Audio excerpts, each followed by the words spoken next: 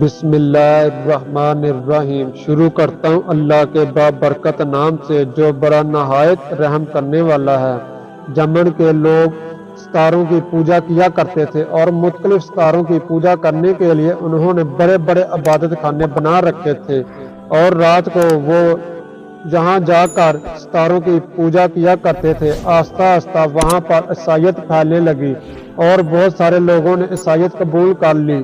یمن میں عیسائیت کی تبلیغ میں سب سے زیادہ وہاں کے والی ابراہ نے کردار ادا کیا۔ ابراہ نے شہروں میں بڑے بڑے گرجا گھر تعمیر کیے اور یمن کے دارالحکومت کے اندر ایک بہت عظیم الشان گرجا گھر بنایا جس کو عرب کے لوگ اقلیس کہا کرتے تھے۔ ابراہ نے اس گرجا گھر کو سجانے کے لیے دل کھول کر روپیہ خرچ کیا اور دنیا بھر سے کاریگروں کو اس نے بلایا۔ ابراہ نے یہ سب کام اس لیے کیا تاکہ لوگ زیادہ سے زیادہ عیسائیت کی طرف مائل ہو سکیں، لیکن ان تمام تر کوششوں کے باوجود عیسائیت کی تبلیغ میں ابراہ ناکامیاب نہیں ہو سکا۔ ابراہ کی ناکامی کی اصل وجہ یہ تھی کہ مکے کے اندر حضرت ابراہ علیہ السلام اور اسماعیل علیہ السلام نے جو کعبہ شریف تعمیر کیا تھا، عرب کے ہر لوگوں کو اس سے بڑی عقیدت اور محبت تھی اور عرب کے لوگ اسے کسی قیمت پر چھوڑنے کو تیار نہیں تھے۔ لہذا ابراہ نے اپنے قاصدوں کو تمام عرب میں پھیلا دیا اور ان قاصدوں نے ہر جگہ جا کر ابراہ کے بنائے ہوئے عیسائی گرجا گھر کی خوب تعریفیں کی اور کہا کہ ابراہ نے کعبے سے بھی زیادہ خوبصورت ایک جگہ بنائی ہے، لہذا تم سب لوگ وہاں آؤ، اور یہ تم لوگ جو مکے میں جاتے ہو وہاں سیاہ پتھروں کی بنی ہوئی عمارت ہے، مکے کے بجائے یمن میں آؤ اور وہاں اقلیس نام کا گرجا گھر بنا ہے، اس میں آ کر اپنا حج کیا کرو۔ لیکن عرب کے لوگوں نے ابراہ کے قاصدوں سے کہا، تمہارے محل خواہ کتنا ہی خوبصورت کیوں نہ ہو، کتنا ہی حسین کیوں نہ ہو، ہمیں تو مکے میں موجود حضرت ابراہیم علیہ السلام اور اسماعیل علیہ السلام کا بنایا ہوا کعبہ شریف ہی اچھا لگتا ہے، ہم وہاں جا کے ہی حج کریں گے اور اسے سیاہ پتھروں کی عمارت کا طواف کریں گے۔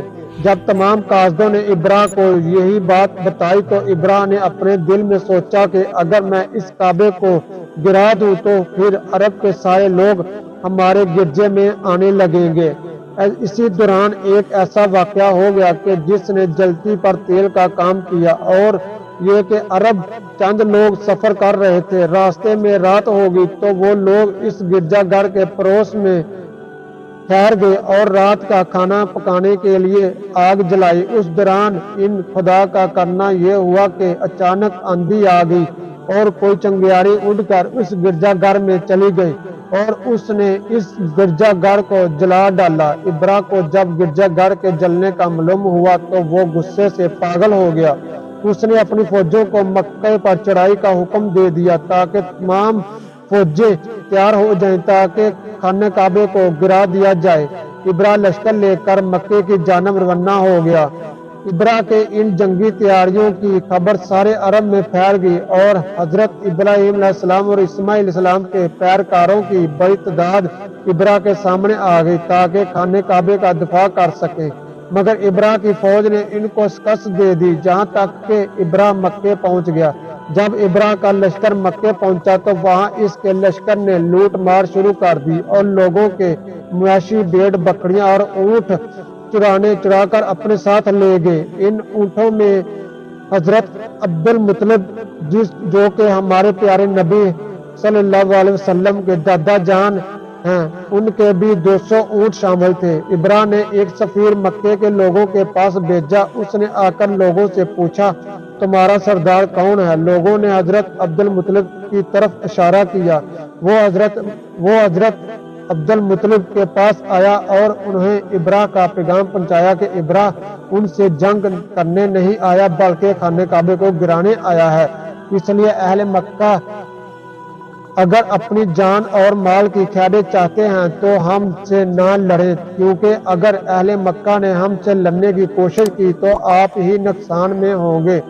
حضرت عبد المطلب نے فرمایا یہ اللہ تعالیٰ کا گھر ہے اور اس کی خلیل کا حرم، اگر وہ چاہے گا تو خود اس کی حفاظت فرمائے گا ورنہ جیسے اس کی مرضی۔ ابرا کے سفیر حضرت عبد المطلب سے کہا کہ آپ بھی میرے ساتھ چلیں تاکہ ابرا سے ملاقات کر لیں۔ حضرت عبد المطلب اس سفیر کے ساتھ ابرا کے پاس پہنچ گئے۔ آپ کی روب شخصیت اور نورانی چہرے کو دیکھ کر ابرا بہت متاثر ہوا۔ حضرت عبد المطلب نے فرمایا ابرا تمہارا لشکر میرے 200 اونٹ لے آیا ہے اور اونٹ میرے ہیں، مجھے واپس کر دو۔ ابرا نے کہا آپ کو اپنے اونٹوں کی پڑی ہے اور اس خانے کعبے کو کوئی پرواہ نہیں جس کی وجہ سے آپ کی عزت کی جاتی ہے۔ آپ نے بڑی سادگی سے جواب دیا میں اونٹوں کا مالک ہوں اور ان کی حفاظت میری ذمہ داری ہے، اور اس گھر یعنی کعبہ شریف کا بھی ایک مالک ہے، وہ خود اس کی حفاظت کرے گا۔ ابرا نے بڑے غرور سے کہا اب اس گھر کو گرانے سے مجھے کوئی نہیں روک سکتا۔ حضرت عبد المطلب واپس تشریف لائے اور قریش کو حکم دیا کہ سب کے سب مکے سے نکل جائیں اور پہاڑوں کی چوٹیوں پر چڑھ جائیں، کہیں ایسا نہ ہو کہ ابرا کا لشکر ان کو بھی تہس نہس کر دے۔ اس کے بعد آپ خانے کعبے تشریف لائے اور اللہ تعالیٰ سے دعا کی اے اللہ میں تیرے بغیر اس کے مقابلے کی ہمت نہیں رکھتا، اپنے حرم کو ان سے بچا اور اس کی حفاظت فرما۔ دعا کے بعد آپ بھی پہاڑ پر تشریف لے گئے۔ دوسرے دن ابرا نے اپنے لشکر کو کعبہ شریف پر چڑھائی کا حکم دیا۔ اس لشکر میں 12 جنگی ہاتھوں کا دستہ بھی شامل تھا۔ سب سے بڑا ہاتھی پر ابرا خود بیٹھا ہوا لشکر کی قیادت کر رہا تھا۔ جب اس ہاتھی کو کعبے کی طرف پیشی قدمی کے لیے نکلے تو اسی ہاتھی نے آگے بڑھنے سے انکار کر دیا اور وہ آگے بڑھنے سے مزاحمت کرنے لگا۔ اگر اسے کسی اور طرف چلاتے تو چلنے لگتا، لیکن کعبہ شریف کی جانب بڑھنے سے گریز کرتا۔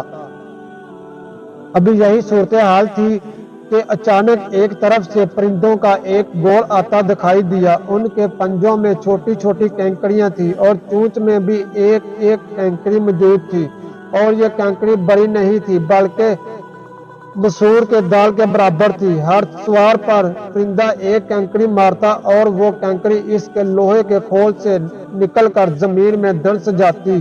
لشکر کے زیادہ تر سپاہی تو وہیں ہلاک ہو گئے اور جو لوگ باقی بچ گئے وہ وہاں سے بھاگ جانے میں کامیاب ہو گئے، لیکن ان کے جسموں میں ایسا چھوٹے چھوٹے پھوڑے نکل آئے جن میں ہر وقت خارش ہوتی اور وہ ہر وقت کھجاتے رہتے تھے، جس کی وجہ سے ان کے جسموں میں سے خون اور پیپ بہنے لگا، گوشت گل سڑ کر جلنے لگا۔ ابرا اور اس کے ساتھیوں کا انجام آخر کار یہ ہوا کہ ایڑیاں رگڑ رگڑ کر عبرت کی موت مر گئے۔ اس واقعہ کو قرآن کریم نے